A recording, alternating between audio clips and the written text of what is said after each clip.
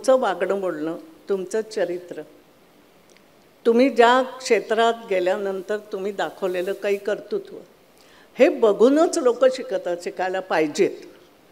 जसं आता मी जर तुम्हाला सांगायला लागेल की मी 8 वेळा इलेक्शन लढले.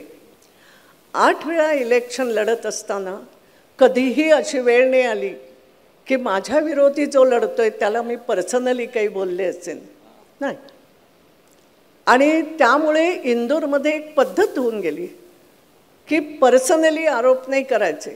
ताई नाही करत, म्हणजे माझ्यासाठी तरी झालं. आणि दुसरंच, आपलं काम तुम्ही बोला, तुमचं काम दाखवून द्या आणि बोला. तिसरी गोष्ट जी स्थापित झाली, म्हणजे आता लोकच बोलायला लागले आणि खरं झाली, जे लोक माझ्या विरोधात लढले ते सगळे त्यांच्या फॅमिली सकट नंतर माझे